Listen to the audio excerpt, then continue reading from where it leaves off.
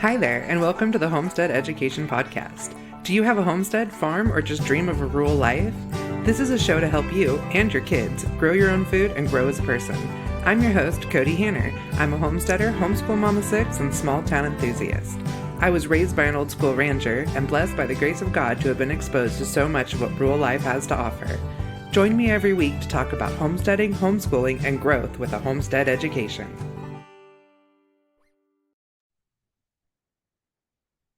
Hey guys, I have a guest this week. It is my friend Jessica Garza from Moose Valley Ranch.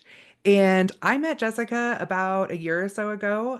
We met on social media, of course, first, and then I met her at her event, Market in the Mountains in Washington. And I wanted to bring her on today to just chat about all the things she's doing as far as diversifying her products and supporting rural women. So hi Jessica, welcome onto the podcast. Hi, thanks for having me. Absolutely. So, yeah, like I said, we met a while back, but do you want to go ahead and tell everyone a little bit about yourself, what you do, how you came to Sure. this place? Hey guys, I know that we are always looking for ways to connect our homeschool kids with our communities and find things to do when we're out and about. Plus, it is so important to be connecting with like-minded families and those that have the same interests that we do. That's why I'm so excited to announce the new app that just launched. Basecamp Ed is a community-based platform for parents to find like-minded families and dedicated teachers in their area. Whether you homeschool your children, are curious about it, or simply want to build a community of extracurricular activities, Basecamp Ed has you covered.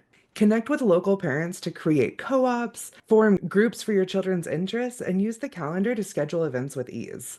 Teachers and coaches can also create profiles to list their credentials for parents to find a way to supplement subjects and activities. Homeschooling was never meant to be done alone. It takes a village. Build it with Basecamp Ed. Take advantage of this free resource and download it today. You can also follow them on Instagram and Facebook at Basecamp Ed app for the latest updates. And you can get the link to that in the show notes for this episode.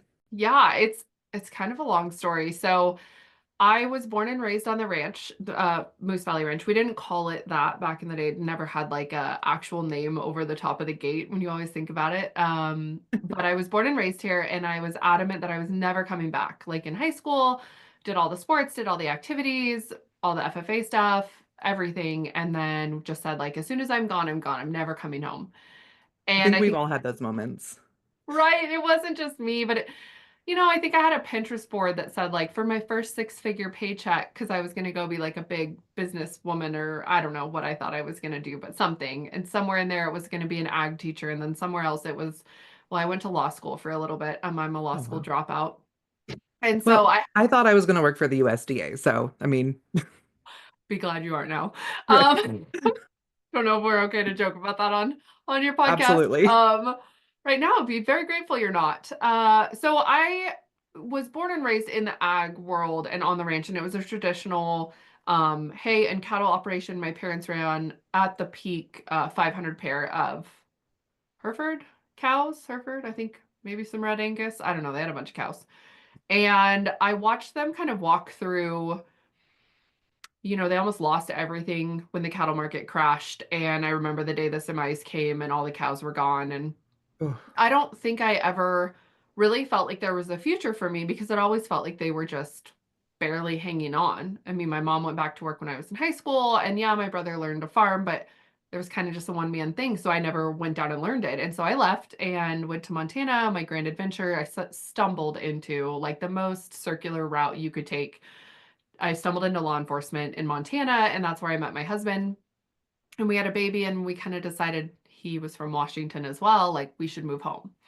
And I I don't know had, that I'd want to go back to Washington though, like, but you're not wrong. where Like, you're at is beautiful though, so it is, but we still suffer from the same state legislation that everyone else does. But I think at that point, I don't know, his dream agency was kind of around where the ranch is. And so by nature of that, we ended up back by the ranch, and I still wasn't planning on being in business there. I still didn't see a future. I was in law enforcement and having babies, and having a family. We didn't live on the ranch. I mean, we had a little like 10-acre house in the trees with Nice. like a garden, a cute little garden, and that was about it. We had a creek and a garden, and that was it. And I started spending more time over at the ranch and really wanted, you're like your heart kind of calls you home, and you're like, oh, man, I Hmm. remember growing up here and we had the best adventures and we had all the animals. And so I started like taking my kids there more and more. And it wasn't until a friend asked me if her daughter could get married out there.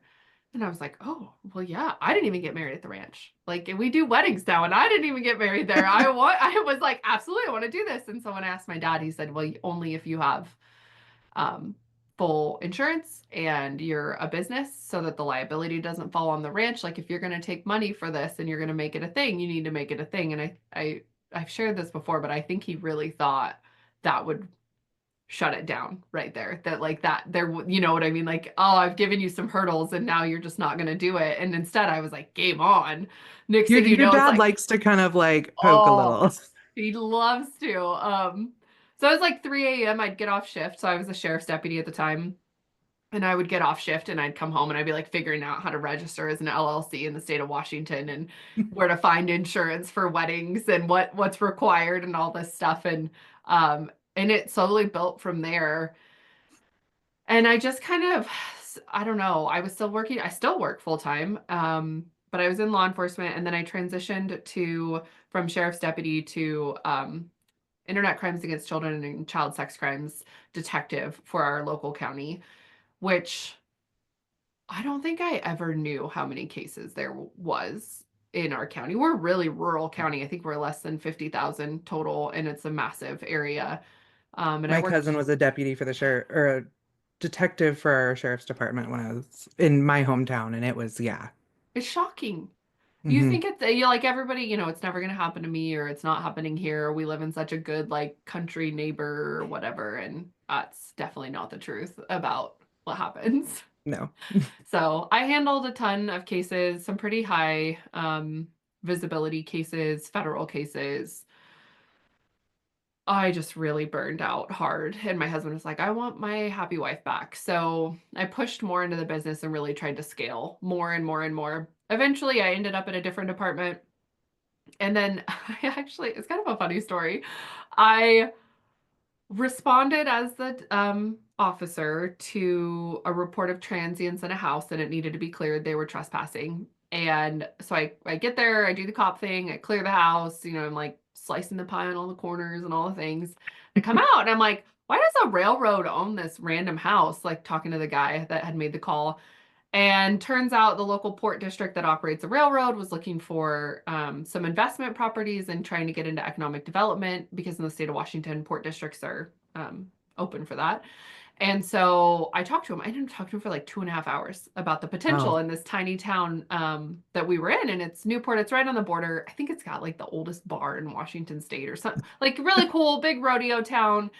And I was like, man, there's so many cool old buildings. There's so many cool things you guys could do here. Why isn't anyone doing anything?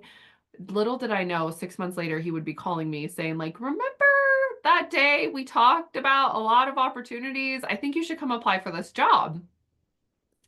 And I was like, no, I don't want to leave. I know law enforcement. I've been doing it for almost a decade, almost up for public service forgiveness for my student loans from that drop out of law school thing. Yeah. And I thought, man, I don't know that I want to switch and learn something new. And it was actually my mom. She's like, your degree's in economics.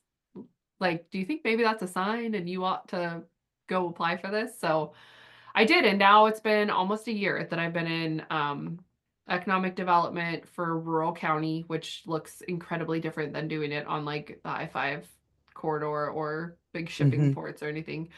And so that's been an interesting step, like closer to what I do at the ranch, because in Moose Valley, it really started, Moose Valley started to build a community when we started an event for rural women in business.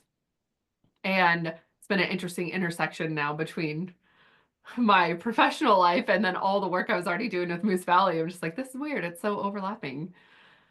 I like to do that and then complain that I'm overwhelmed. So, Mhm. I told my husband, I'm like, I girl boss too hard. I have to go to work today. And he's like, yep, have a great day, sweetie. Go get that paycheck. I'm like, yeah. yay. But then I don't think I could be a stay-at-home mom. So I really struggle with that. I like nowhere in my brain do I want to, just home make or stay at home. That's just not me. And so sometimes I feel weird that like one part of me, I think it looks like it should fit there, like you see me Hmm. making sourdough and planting my garden and I love to do all those things. And so people kind of assume I'm what's that like trad wife? Trad wife? I've been Is hearing it? some of that, Yes. yeah. Yeah. And so people I'm will like, I talk to am me like like the that. I definitely think I fit that like trad wife thing now. And I'm like, oh my goodness, if you came over here and like saw me like yelling at my kids in my sweatpants, Hmm. Hmm. I do No. not fit that. And the like juggle between, oh, I've got to be here for work, oh, I've got something for Moose Valley, and then like, I'm not obeying my husband. I mean, I'll Oh, listen to him, but I'm not obeying him. I annoy So, him. Does that count? absolutely. So I really kind of struggle with lots of different pieces of me, not really all ever fitting fully in one thing or the other. And like, I'm in business and I run my own business, but I also really love my career and have found a lot of joy in going into that economic development side of it. So that's kind of my journey. I guess I didn't really tell you the ranch kind of grew. It blew up, I guess. I didn't even tell you about that. You Oh, know. there's so many stories. So we started with weddings. We do hosted hunts, sometimes on the property, sometimes we're just facilitating like the camping spot for people to access state land. Um, what else? We have Gather, which is our Rural Women in Business event, Market in the Mountains, which is the luxury Western market. We are just finishing construction on our geodome for short-term rental stays. We're harvest hosts. My kids have an egg stand, a very lucrative egg stand at the end of the road, which Good is for them. odd. They bought kayaks last year from this egg What? stand. Kayaks and their pool they paid for. That is awesome. We just happen to be on a really good state highway, I guess, is part of it. So Right. yeah, a little bit of everything. And I'm always looking to scale and grow. And I mean, I have a ton of plans for the future, but we're working really hard to twofold. Like, it's a blessing that my parents worked so hard to keep the land that they did. Like, they're the first generation. They're the ones that struggled to make the payment on the land and hold on to the land. And they have successfully done that. And then here we are as the second generation where it's like, man, I would love to get to the point where we're profitable enough not to have to work outside of the land. Hmm. And I'm raising the third generation where I'm like, man, I don't want to just be profitable for me. I want to be able to have enough room for my children and their spouses and eventually my grandchildren to come back here. And especially with the route I'm going, it's not traditional agriculture. That is such an infrastructure heavy, capital investment heavy business model that we are just in no rush to leave our full-time jobs when we can invest more back into it, develop different lines of diversification on the ranch. My goal, I always joke, is 10 different income producing avenues on the same I say property. 5 per thing. Like, so Hmm. yeah. Yeah, I love it. No, anything I think you can do to sell something, sell the same thing slightly differently, Hmm. rather than going and finding more acreage or doing something else, Yep. a different location, I want this to be as profitable here as it can be. And so we are, I think we're at like 6 out of 10. So I'm not planning on leaving my full-time job until I hit 10 out of 10. Nice. I mean, that's an awesome goal. I actually left my full-time job almost 10 years ago Wow. and have not gone back. Yeah. Because I was like, well, I'd been a single mom for a long time. Mm, And I met my husband and he was like, I'm a disabled vet. And so we have a base income. Why don't you quit and be a mom to our kids? Because that's what they need right now. that's amazing. And that was where we needed to be in our life. So, his boys had just lost their mom. She'd passed away. And my kids had been in public school. My son's autistic, where I mean, it was just, he wasn't getting the support that he needed. And I was able to just take a few years off and be mom. And that Oh. was amazing. See, I took a year. I took almost a year off in between law enforcement jobs, and it was good. But I don't know that I ever found like fulfilled. I don't know that I ever felt fulfilled just Mhm. in, like, I still had Moose Valley at that time. So I was working the ranch, never just being a stay-at-home. And I don't know that I still felt as like fulfilled as I wanted to, which I probably think, sounds bad. no, I don't think so. Because I don't think I would have felt that way had I not had my husband home with me. Mm. So, we dropped the kids off and we were going to breakfast or going for hikes or working on projects together. I'm So, so jealous. right, I know. That is amazing. I probably would have felt better but Mhm. instead I was like, here he was getting up early and then taking overtime shifts because like that was such a drastic drop in income for us. And then I felt like I'm at home all the time and doing all the dishes and the kids are, the screaming at the time the kids were pretty little, Mhm. and it was just me 24/7 and I'm like, I would rather work a little bit than have this situation currently, but I I can have good feel you friends there. that like love that situation so like no judgment, just not my vibe. I think we still have that. I don't know, like I always joke with that we were the like most unlikely homeschoolers because we were like, ew, Hmm. why would we want to be home with our kids all day? Like, what are you talking about? I And don't disagree with that statement sometimes, especially after today. We had a math test today and I'm just like, oh, maybe yeah, public school gross. is not a bad idea. And then now that we've had our kids home for, I think it's 8 years now, we're like, yeah, they would never ever go back in a million years. And I Mm. couldn't even imagine that I said that. But then my husband and I still play they're annoying me, they're your children card. And I try to text my husband. I'm like, your kids are waiting for you to come home. right. I'm with them a little bit more just because I can work from home a lot and they're old enough Mhm. now that just kind of like keep them moving and make sure they don't like light the stove on fire or do something dumb on their bikes outside or with a hatchet or something and then they're okay and I can handle it. But we're lucky. My parents are right here and they help a Yeah. ton. Like if I've got to go over for meetings or I have whatever, they can just hop in the side by side and zip up to my parents' house and then I don't see them for hours. My dad's like, "Come get your kids. They're hungry. I don't want to feed them." But we're You're like, oh no, blessed they're with your that. kids. I'm like, yeah, remember how you missed our whole childhoods by like working a lot? I'm re-gifting you the ability to enjoy a childhood. Here you You go. should be thanking them, and I'll be up for dinner too.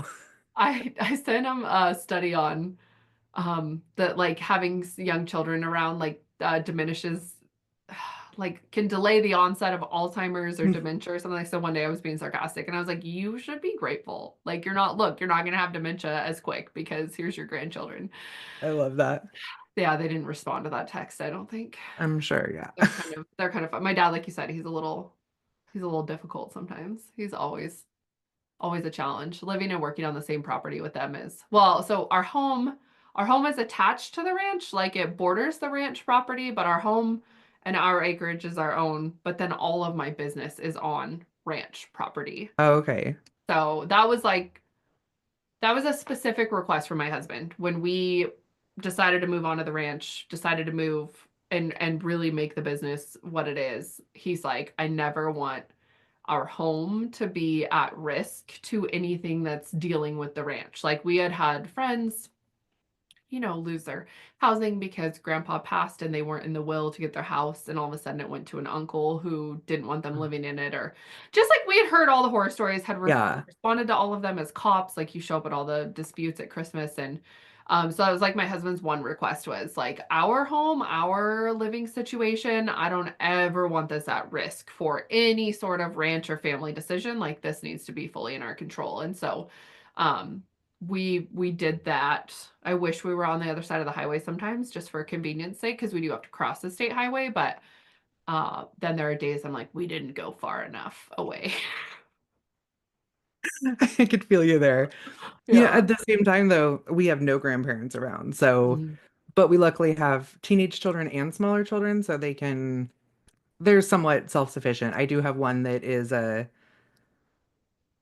terrorist, like absolutely feral, Mhm. no keeping him contained in any way, shape, or form. Like he's 5. I've even had, like my mom be like, "Have you tried just disciplining him?" And I'm like, "Oh, thanks. Never thought You're of like, that yeah, one." no, that didn't occur to me. Thank you for that Right? revelation. Like our other 6 kids, they're fine. They all well behaved, but I just decided with this one to not raise him. Like, Yeah, just thought maybe we'd throw everything out the window that we'd been doing thus far. yeah. That's frustrating. So yeah, he's definitely like the kid can jumpstart the tractor. Like we've had to like Mhm. hide equipment from him. We caught him doing an IV on the dog. Like Oh, he's yeah. just always, and he's 5. I mean, and this stuff wasn't all happening when he was 5. It was 3 and 4. And my Wow. my friend says he's a 4-year-old stuck in a 40-year-old's body, and he is pissed off about it. Or no, a 40-year-old stuck in a 40-year-old stuck in a 4-year-old's body. 4-year-old. Yes. That's I'm like, amazing. that is so spot on. Mhm. So true. Like, my husband said he was gonna go weed eat by the barn the other day and then sat down to have some lunch. And Branch is out there like pulling everything out of the garden shed, getting it ready to like weed eat. And he's out there like our weed eater has one of those like blades on it right now. And so Mhm. he's like trying to lift that. And so then we're like running out there in a panic to make sure he doesn't like lop an arm off. And I think we went too far. Well, I mean, I don't know that you can ever go too far with our kids, but sometimes I'm like, oh man, I think we may or may not have disciplined the like wild child out of them in this, like, we're so focused on safety. That was so important to us as law enforcement. I mean, like, I've responded to the case where like the dad accidentally backed over his child in a stroller and crushed the child. And I've responded to the farm accidents, and I've responded to the, um, you know, just I have double decapitation on a four-wheeler. I've like, I mean, I'm trying to think fatal crashes, like airplane crashes. I mean, everything. And that trauma, if you'd have asked me while I was in it, I think I would have told you, like, oh, there's no trauma. I deal with this fine. Like, what are you talking about? It doesn't affect me at all because I was that way. But looking back now, I'm like, oh, we definitely, like, I don't want to say beat some of that out of our kids, but like, they knew from a very young age, like, if we say this is a safety rule, like, there Mhm, is no negotiating, there is no hesitating, there is no nothing. And I can see it now where some of my kids, my friends' kids are like crazy and they're out doing stuff. And I'm like, why do my kids not try to do that? Because they're older now, they have like the mhm, opportunity now, like they're out and about by themselves and doing things on their own more. Um, and I'm always kind of like, why don't my kids ever do that? Like, why do my kids not build a random ramp for their bikes and jump off of it? Well, we spent the last 10 years basically being like, if you die, we can't get you to the hospital fast enough. You know, like the life flight's still going to take 45 minutes to get here. So don't mhm. do something stupid. And sometimes I regret that a little bit. I'm like, oh, but honestly, I don't regret it because I couldn't bring my children back. So, Yeah. You know, but it's definitely a whole different scale. we have six and they're all very different. And they've all been raised, even the older ones who like their mom was in law enforcement. My husband's a Hmm. first responder. All of our kids have been on our volunteer fire department, and they're all different. Like I Hmm. have one that fractured his neck running as hard as he could into his buddy's truck with a helmet on. Oh, okay. And then I have the one that's like our most cautious, sweet little boy was wanting to ride on top of the hay bale on the tractor the other day, and the implement came off, and he got like crushed under, not, I mean, Hmm. just his legs, but like Right. under a 1,200 pound hay bale. And I mean, it was like mortifying. And like he's 7 and like cried for the next 3 hours because it scared Hmm. him so bad. So I Yeah. think it's just individual children and their personalities. I know. I think those are like good, like, right. That's how they learn their boundaries. And I get that Hmm. about the, like, I never wanted to be a helicopter mom and really let my kids do a lot. But like my kids to the point that they know when a tractor started up, they would run for the house because if they weren't up by Mm-hmm. the house, then that was a rule because I just seen so many people like I didn't see him. I just ran over him and I didn't see him. And they truly didn't. It wasn't intentional. They weren't Hmm. mad. They weren't hot rodding. And I think I saw too much of that. So And now we I'm do a lot of trying to we do like the same gauge as you. them. Like, Hmm. if I say do something, you do something right now. Yeah. And I've had parents be like, geez, you're kind of harsh with your kids. And I'm like, no. If I Hmm. say do something, you do it right now. If Yeah. you want to have a conversation about it later, I'm happy to explain, to teach, to whatever it Right. is. But, one of the things I say with that a lot is, we work with livestock, we work with tractors. I need them to answer right then. Hmm. We live 45 minutes from the closest town. If we come up on a car accident, we are the only help that's coming. Right. Yeah. It's very And true out here too. so I don't want why in the moment. You just need to start acting. And Yeah. sometimes that's just stay out of the way. I mean, it's not bad. It's not a bad thing to have. I don't know. Mm-mm. I wish now I'm like, why don't you go do this or do that? And then they don't want to as much. And I'm like, oh, I kind of wish you were a little more wild, a little more feral. But I always tell my husband, I'm like, we're going to mess him up one way or the other. So we may as well just keep contributing to the therapy fund and we'll see what they blame us for There you when go. they're older because it feels At like, least they'll be right? alive to go to therapy. Fair. Yeah. Fair. And that doesn't even address all the other ways they could get hurt or we could get hurt or any, I mean, like, you know how it is, especially first responder background. It's just like, I had someone ask me that. I shared about, oh, I had what that cop video. I don't know if you saw that. The cop Hmm. video went viral. It was my last arrest at my department and it went viral. Someone did a Freedom of Information request for body cam footage and they happened to stumble across that one and that's the one they shared on their social media. And it wasn't bad on my part. The lady was awful, but it went viral on there and I kind of posted, people started like sending it to me and like, is this you? And I'm like, yes, please don't tag me in the comments though. Like, I don't want the anti-law enforcement people to find me through this. Like, yes, that's me, but I don't need you to tag me or send it to me. And I addressed it. And then someone asked me like, well, don't you get worried? I mean, you share on social media about your kids, you share your kids' faces, you share like, and I go, if someone really wants to hurt you, they're going to hurt you. And, or if Hmm. something's going to happen, it's going to happen. And there's not a whole lot you can do.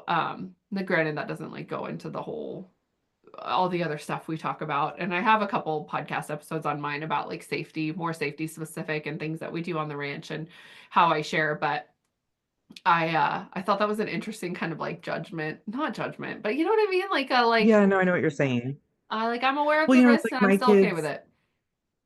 I show my kids faces all the time, but they also travel with me to conferences. So I'm taking Mhm. them to be like, here's my children. Right. But then I posted a picture. My boys were in their underwear, but I mean, come on, they're like boxer briefs. Yeah, they're boys, yeah.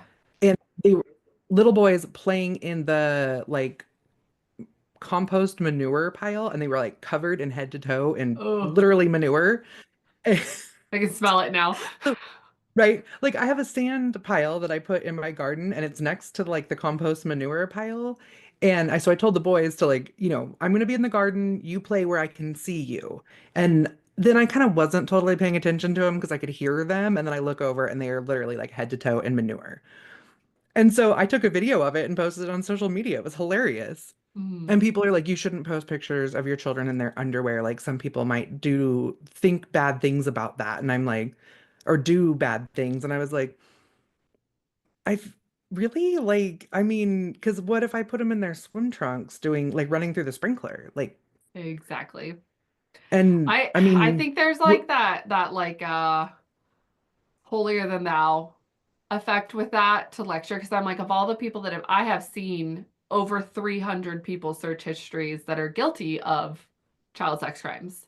I've looked through their mhm, phones. I've seen what they search. I've seen what they're looking at and like I think of all the people to make a judgment call and like what's gonna share or not share, like probably don't ask me if I'm okay with it because I've thought about it. And so I generally, when someone asks me that, I'm just like, well, that's my choice. Thank you. If you don't right? agree, you can go somewhere else. I But don't know. like The only nobody thing has, I don't love is the emojis over the faces. That makes kids look. People get like like they want to know. Like so, if you intentionally hide them with a bright emoji, I always teach that too. We do like a with our rural women's group coaching like a monthly membership with live sessions and stuff. And that's one of the things we talk about in there is lots of times women come in, they want to start a business, they're not comfortable sharing their kids' faces and we say that's fine. Take a video from the back or take branding photos where they're not looking at the camera, they're like head down doing something, mhm, but don't like smiling family photo and they're replaced with a sun emoji because it makes some people get like, why are you hiding them? What like mhm, then they want to know and it makes it a thing. It's like just don't be in just intentionally shoot from angles where you don't see their faces. right? And Well, and it that's something actually we kind of talk makes me about. question those people more because nobody, well, like, or the people who like, come reach out to me and they're like, you shouldn't have your kids in their underwear. Like, why is that bothering you? Because you Mm, didn't message me and say anything about my daughter and her bikini at the beach. yeah. So, like, Yeah. why are you thinking that way? Because I wasn't. I thought it was funny that little boys are rolling in poop. I Like, think it's anytime you're like an expert in something, I feel like for some reason unhappy individuals want to come and like prove that you didn't know everything. Like it becomes this sort of like badge of honor that they can tell you how to do something. And I'm just like, that's not, I don't. We don't do Yeah, I that. had this woman like arguing with me on a post one time, like just going on and on about something with food history, and I was like, yeah, yep, Like I read food history stuff all the time. Like it is the only books I read for joy, and then I still write, I'm writing books with them myself. Hmm. And so I'm like, okay, yeah, that's true. And she's like still arguing me, and I'm like, yeah, You that's said you're true. right. And she just like kept going and going. I was like, why are you arguing with yourself? And she's like, you're just showing your own stupidity now. And I was like, okay. Yeah. I don't know what just happened. I feel sometimes like the internet is the best and worst place at the same time. Like I love it because I get to meet, people like you, all my other Mhm. market vendors, all the rural women that I'm in community with, like the women that come to gather, just even the connections. I was just talking today about someone and they were saying, "Oh, I want to get in to a program, for kids school lunch stuff." And I was like, "Oh my gosh, I know someone. That's Let me awesome. help you make that connection. You never know, maybe it's 2 years down the road, but like at least you'll know who to call." And so it's so good in that way. But in the other sense, like every time I have something go viral, I'm just like, why am I on the internet? And so we have a family saying, don't argue with stupid people. They will drag you down to their level and beat you with experience. And so we just try not to engage with that. But it's hard. Yeah. That one was one I didn't realize we were fighting until then I was like, wait, why are you arguing with yourself? Like, are we doing this right now? We're gonna do this. Like you have nothing better to do today than to be in my comment section. On the page you could very easily have left. Like just go hit the unfollow button and you can block me too. I'm fine with that. Like please by all means block me if you don't want to see my stuff. I got for some reason in the construction of the dome platform where we're using a lot of heavy equipment, like my dad's Mhm. old bulldozer and big stuff. And for some reason, I fell into the rabbit hole. The algorithm was sharing the content with the equipment to like old white guys. Oh my God. Like the epitome of a man who might still be in his mom's basement in his underwear, like with nothing better to do than to tell me how horrible of a person I am and like all these like really awful things. And I'm just like, I'm sorry, I'm really busy like building something and doing things and being a productive member of society. So I'm just gonna let y'all fight this out in the comment section yourselves. Right. 'Cause I don't wanna read it. Like, don't tell me that I drove the bulldozer wrong. Like, I'm here driving it. What are you doing? hmm Like Yeah. maybe if you spent more time driving a bulldozer, you wouldn't have time to argue with me online. That and the amount of people, I had one reel go off about the price of a can of chew. So my husband chews. I hate it. I wish he didn't. And he'd said, "Hey, can you swing by and grab me a can?" And I'm like, "Ugh, fine." So I went in and it was like $8, Yeah. $10 for a can of chew. I And remember when a log was like $10. right. Yeah. So I like about fell out of my chair because I haven't bought it. Like the whole time we've been married, hadn't bought it. And so then I buy this and I'm like, "Phew, you better never judge my coffees again because I know how often you're going through a can of chew." And so then I went and got a coffee and I made like this funny reel about like, ladies, if he's ever giving you crap about not getting a coffee, make sure he's not chewing. I posted the receipt, the amount of guys straight up calling me a liar. Like I even went so far then I made a reel that had like a response to a reply of a comment and I took Uh-huh. that in the next reel and I videoed myself driving to the gas station and buy because he said, "Oh, I must have known somebody at the gas station to like make the receipt up." So then I like did the video and I'm like, actually it's that expensive here. Welcome to Washington State. We have some of the highest Yeah. taxes in the nation. And I wasn't on a reservation where they don't have to pay some of those. Oh my God. In fact, one of my followers just messaged me. I think I asked like, "Where did you find me and why did you stick around?" And she was like, "I found you from the Chew video." And I was like, "Oh man." Oh my The goodness. comment section's unhinged. I finally just turned it off. Like it could have I don't even know how many comments on it at this point, like 3 million views and I was like, "And I'm done." Like delete, mute it. I don't want to hear anything from this. So I don't even know what the comment section. I should go back and look at it now. Yeah, it might be entertaining now that like your frustration with it is like No, I'll still be just as frustrated. I'll go back and start reading it and be like, "What? You don't understand that taxes are different between the states? Like, you don't understand that your state in Tennessee could have a different tax on chew than my state does, and that could cause a price yeah. difference?" Like, if they don't know that, you can't teach them that in a Facebook comment. Yeah, a big one I get is oh, you're a conservative woman, so you hate public education. I was like, I don't, what? And I'm like, who told you that? Everybody. And I'm like, who, what? I don't hate Why public education, why do people forget that like two things can be true at once? Two things can be true right? at once. I can be a conservative woman and still believe that like, I don't know, X, Y, Z, whatever is Mhm. okay. And I can be just fine with, I don't know. I struggle so hard with the if this, then this. Like if this, you must be this, Mhm. or if this, then you are that. And it's like, no, two things can be Yep. true at the same time. So I have a question about, I know you work with, rural women in business a lot. And that, I mean, that I feel is like probably one of the biggest driving forces of so much of our economy right now. Mhm. I mean, women in agriculture, women, starting businesses so they can be home, all that type of stuff. Yeah. I feel like the biggest, like, everything suck of our businesses is social media. Mm. Have you found any tricks or Oh yeah. anything that makes it like not? I mean, Oh, this is a little bit of a personal ask, but also yeah. at the same time, like I get it all the time from my business people too. No, I love this so much. I hear it all the time. I think we've got like, I don't know, around 100 people in our group coaching, and they're all women. And then almost all the podcast listeners are women. And a huge portion of my social media is like women in business, especially with market stuff. Like the more market pops Mhm. off, the more I Yeah. find rural women in business are on my account. And oh, I'm so excited to answer this question. So I mean, it's like our job, most of us are not just influencers. Like I'm going to put on a Right. dress and take a picture of Yeah. myself in a Oh dress. Like yeah. Yeah. we're documenting our entire lives Mhm. and it's exhausting. Yeah. I mean, twofold. So I think part of it is a mental shift. I don't hate social media. Like I will say that I'm not one of those people that's like, oh my God, I Yeah. gotta make content today. Like I genuinely enjoy it. I enjoy Yeah. brainstorming. My girlfriend Alyssa owns Us by the Moon, and she's always like, you're the content queen, you're the content queen. And I'm like, well, it really started to advertise market. It started with a period of time. So my first tips or trick is if you haven't been consistent with it and it feels like it's taking so long over and over again, is to force yourself to do it for a certain amount of time so that the skills are there to make it easier because it was not easy, fun, or enjoyable until I committed to posting 3 times a day, every day for the month leading up to the first market. And my motivation was that I didn't want any vendors sitting in my field saying, she never talked about it. Of course, nobody came. You know what I mean? If no one showed up, I wanted them to see that like I had done everything I could. So I committed to that.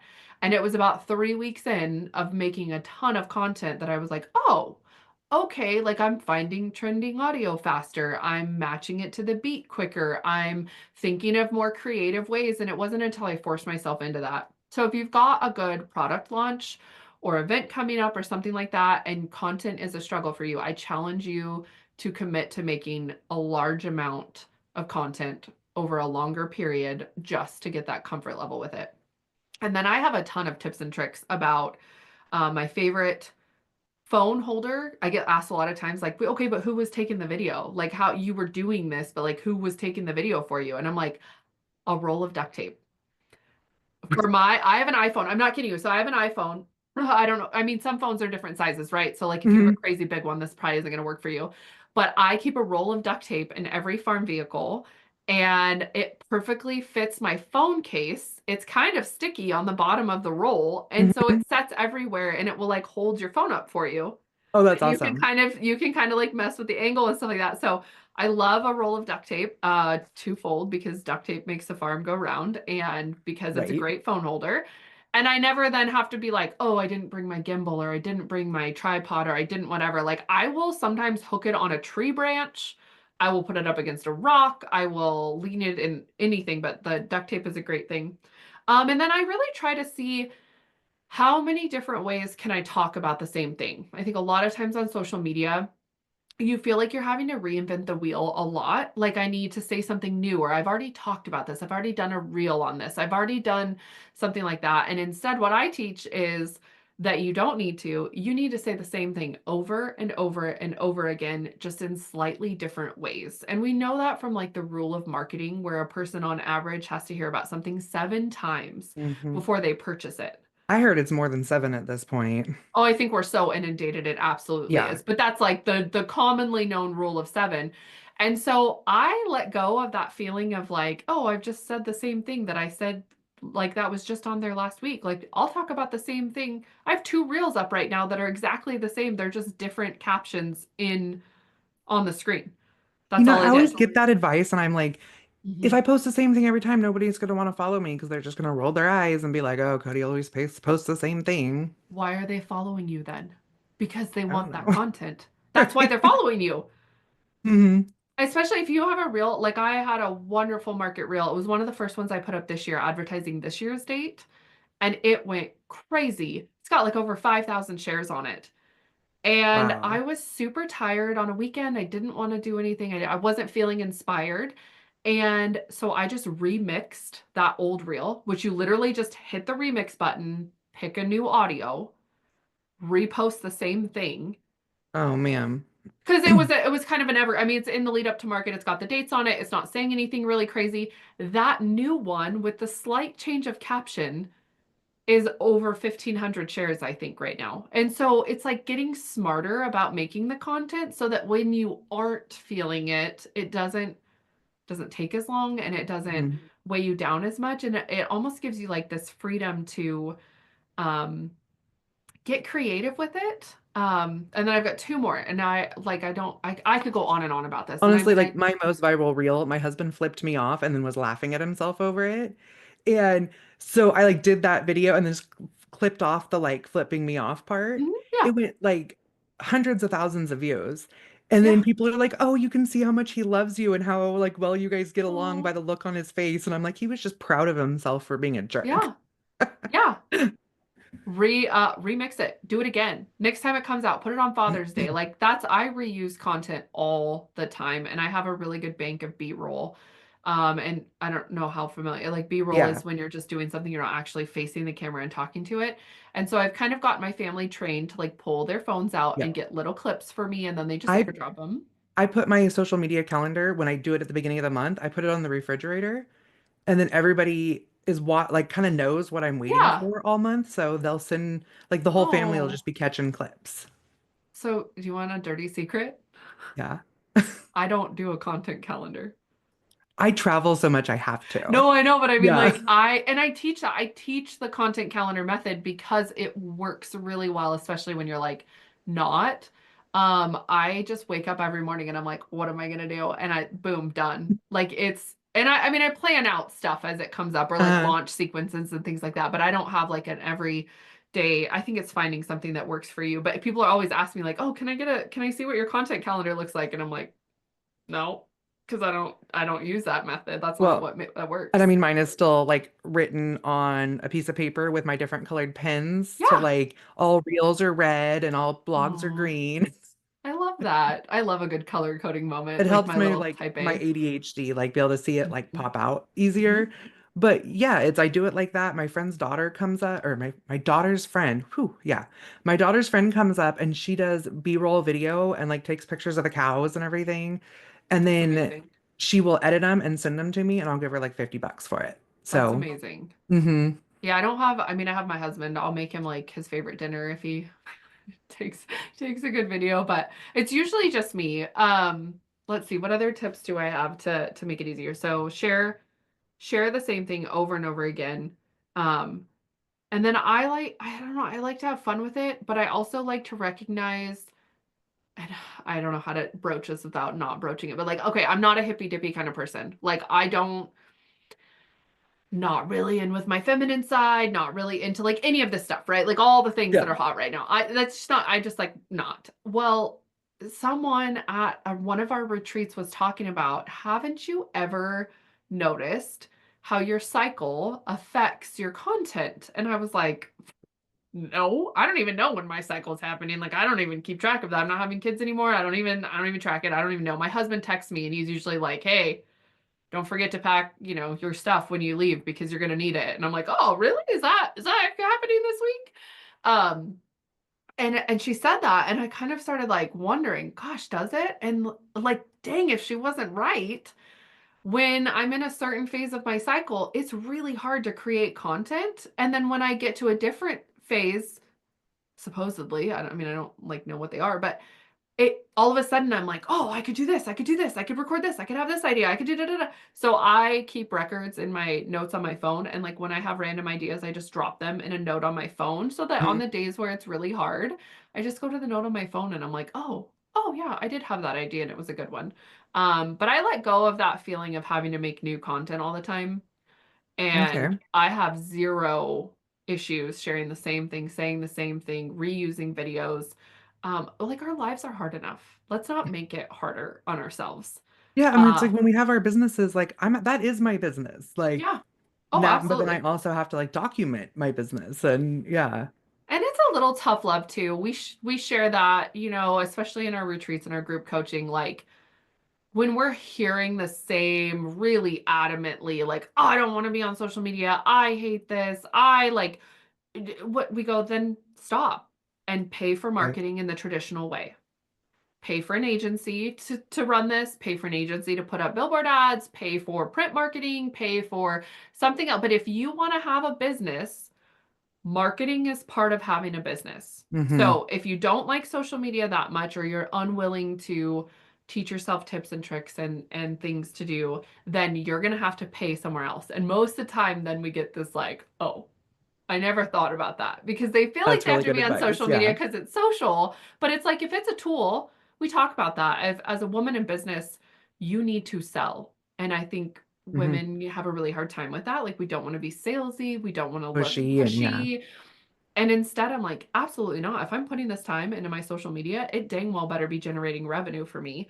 And you can watch it if you start to pull the analytics on things, like when you send a newsletter, an email newsletter, that's a form of marketing. What are your sales doing? When you post a reel that has a link in it, or you do something in your stories or whatever, like, and you see the sales come in, all of a sudden you're like, this is a tool for my business. This isn't me just trying to be on social media. And so I think kind of that rough mindset. My poor group coaching girls are probably like, yeah, she's kind of mean. She just said, I'm like, but I'm not your yes friend. I'm not here to be like, yes, social media is so hard and you shouldn't have to do it. It's like, it's free marketing. You can do it or you cannot, but you're gonna Right. market somewhere. I think what kills me is like, say I do a blog. Well, then I have to have a blog graphic. I have to have a Mhm. Pinterest graphic. I have to have a Instagram graphic and if it's any type of video, then I have to have it, this way for YouTube and this way. And I'm like, why Mhm. has Canva not come out with like a suite yet where you can be like, my social media suite, and you design one and it just populates the rest and you just have to go in Mhm. and like clean them up a little. I mean, I think it's getting better with AI, but there's your Mhm. $1 million idea. And probably because at the same time as these people are trying to develop the technology to do that, the social media is too. I mean, look at the Instagram went from squares to rectangles. Like, can you imagine if you were trying to develop a program that did that and you're 3 years in and all of a sudden Instagram's like, JK, we're going to rectangles on the main feed, don't need the square. And you're like, Right. seriously? And of course, it's the exact opposite of Facebook. Mhm. So, like in crosswise. And so it's like I tried to do some of that to be like, oh, I'm gonna fit the thing. And then I ran my like regular monthly ads that I do, and then they Mhm. were all cut off. And I was like, so now I have to do everything square to like meet both of them. Yeah. I'm like, this is, and I think that's what gets me more than the actual creation. I mean, yeah, it's exhausting to have a whole Yeah. second layer of what you're doing, but it's that like having to do it 27 different ways. And then you're trying to teach a VA or something to do that. And they're like, why do I have to do it all these different ways? And I'm like, just don't ask questions. I love, and it's probably a little bit more product specific. I really love to also give women permission to set it down.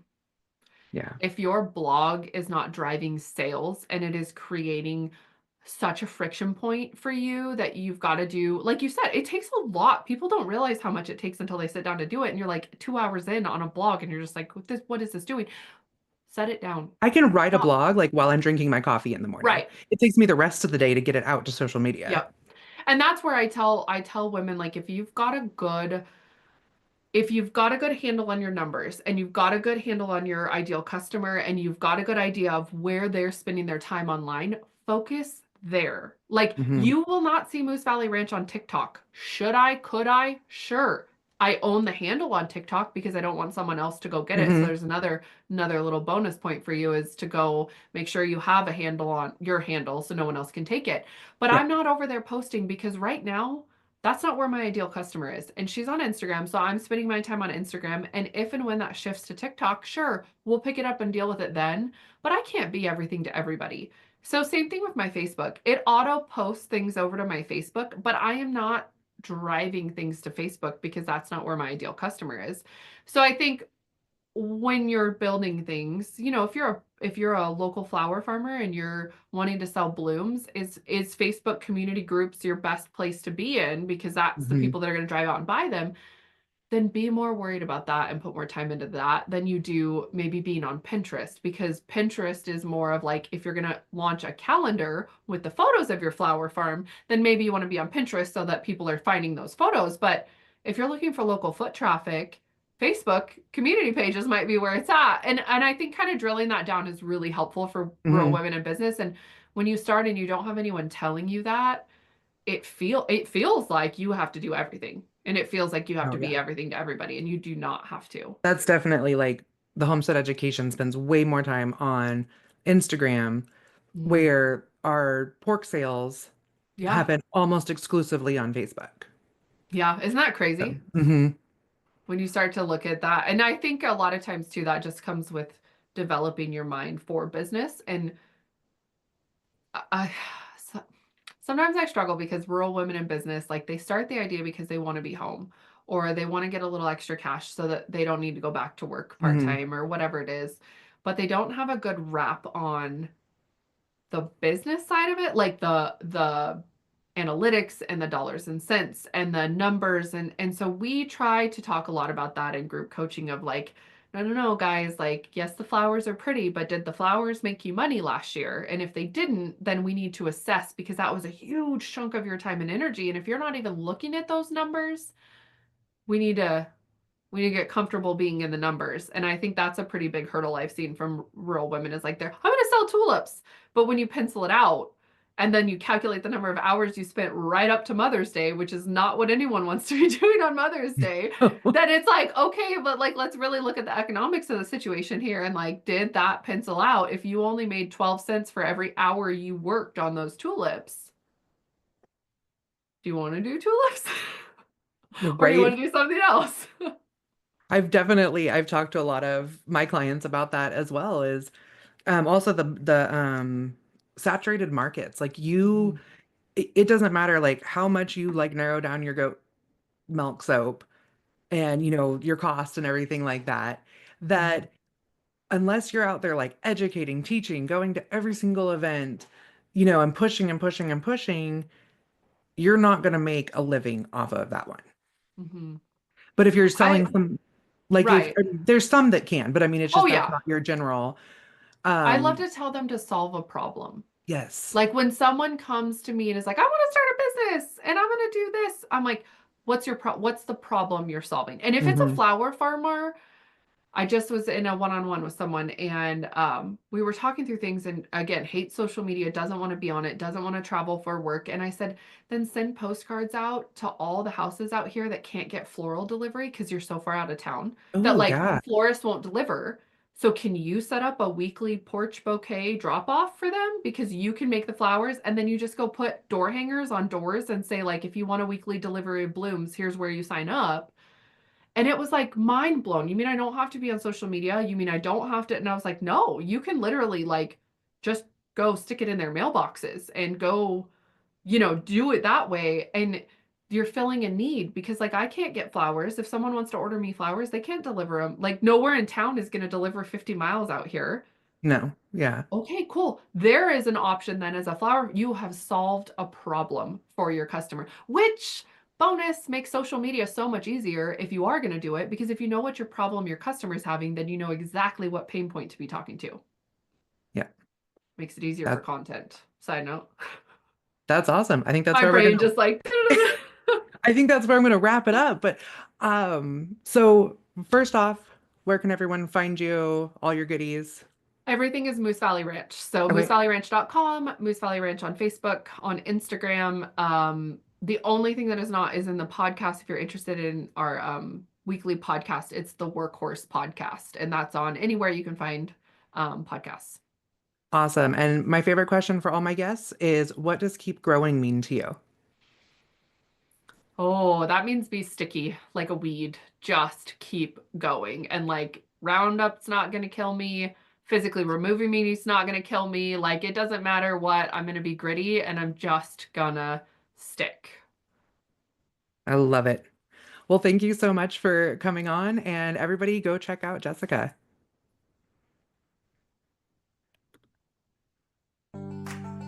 Thank you for joining me today at the Homestead Education, and I hope that I have given you something to think about this week.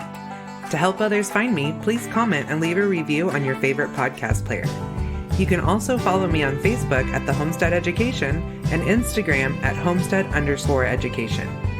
Do you have questions that you would like answered or just want to say hi? Please email me at hello@thehomesteadeducation.com. Until next time, keep growing!